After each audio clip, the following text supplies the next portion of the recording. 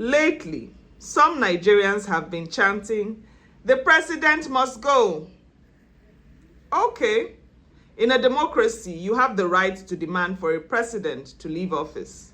But what you do not have the right to is the unconstitutional process to make it happen.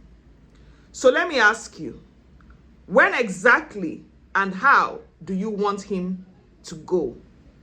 And I hope those shouting, "The president must go," understand and can explain how that happens constitutionally. Because you cannot just wake up one morning and remove the president because you are angry. That is not democracy. Maybe a mob rule, and those are two separate things. The same constitution that gives you the power or the right to protest is the same constitution that defines how the president leaves office. So if you want the president to go today, there are constitutional routes. First, he can choose to resign, and that is his personal decision. Nobody can impose it on him. Secondly, he can be impeached. But impeachment is not a social media hashtag. It is a constitutional process that requires the National Assembly to establish gross misconduct under Section 143 of the 1999 Constitution as amended. Or he can be voted out in the next election if he does not meet up the requirements of Section 134 of the Nigerian Constitution. That is the power of democracy.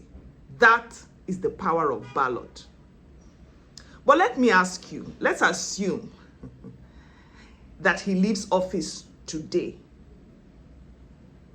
What next? Do you think the office becomes vacant?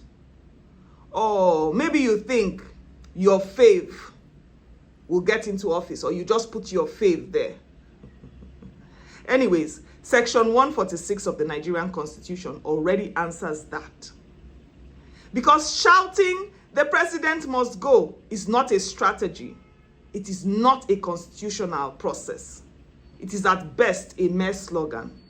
And nations, they are not built by slogans.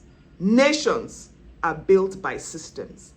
And whether you support the president or you oppose him, the Constitution remains supreme. You have a right as a Nigerian. My dear, the president also has a right as a Nigerian. He did not stop being a Nigerian because he is president. You have the constitutional right to protest. He has the constitutional right to serve the term for which he was elected, unless the Constitution provides otherwise. Now, it's not because he is above the law, no. Because he is subject to the same law. The same Constitution protecting your rights to protest is the same Constitution protecting the stability of office. And that is how democracies survive. Not by loudness of public anger, but by strength of public understanding. Because once you understand the process, your energy becomes focused. Your arguments, they become louder or stronger. Your activism becomes effective.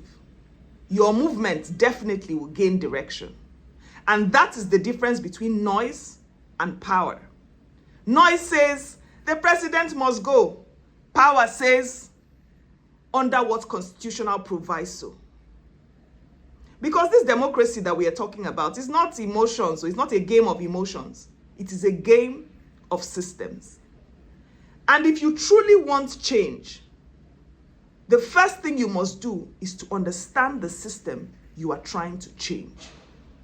Nigeria belongs to all of us.